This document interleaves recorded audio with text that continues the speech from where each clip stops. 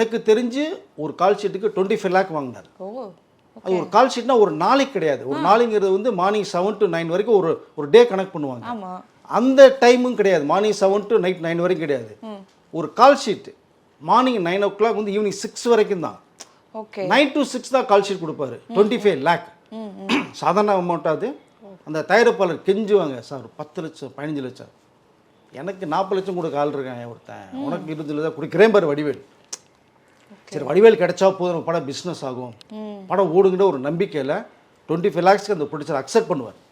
நீங்கள் 9 to 6 நீங்கள் 8:30 மணிக்கு மேக்கப் போட்டு உட்காரணும்ல. அவர் வந்து 12 மணிக்கு வருவார்.